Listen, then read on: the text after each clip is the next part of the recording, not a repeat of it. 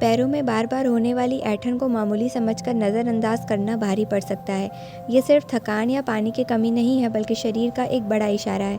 अक्सर लोग इसे धूप में ज़्यादा घूमने या काम की थकान समझ लेते हैं, लेकिन असल में ये दिल और खून की धमनियों से जुड़ी बीमारी हो सकती है।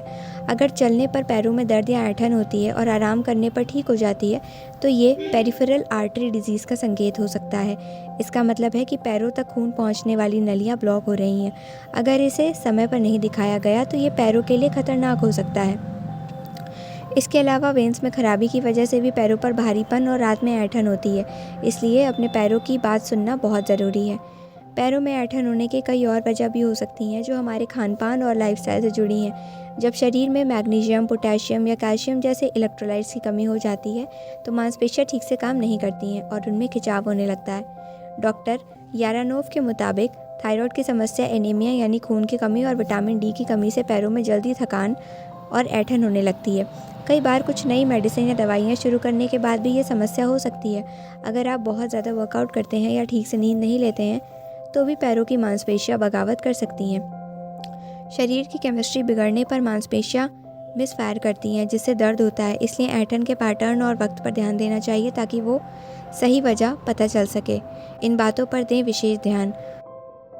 हर बार पैरों की ऐंठन खतरनाक नहीं होती, लेकिन फ़र्क समझना बहुत ज़रूरी है।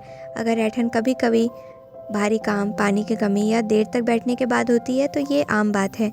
ये दर्द थोड़ी देर में अपने आप ठीक हो जाता है और इससे कोई कमज़ोरी नहीं आती।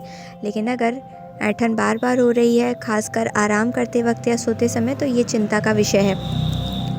अगर दर्द के साथ पैरों में सुन्नपन, झंझनाहट, मांसपेशियों में कमज़ोरी या पैरों का पतला होना दिखे, तो नसों या नर्व की समस्या हो सकती है। नसों से जुड़ी ऐंठन में दर्द पैरों से ऊपर की तरफ जाता है, जबकि सर्कुलेशन से जुड़ी ऐंठन चलने पर बढ़ती है। ऐसे संकेतों को रूटीन समझकर टालना नहीं चाहिए।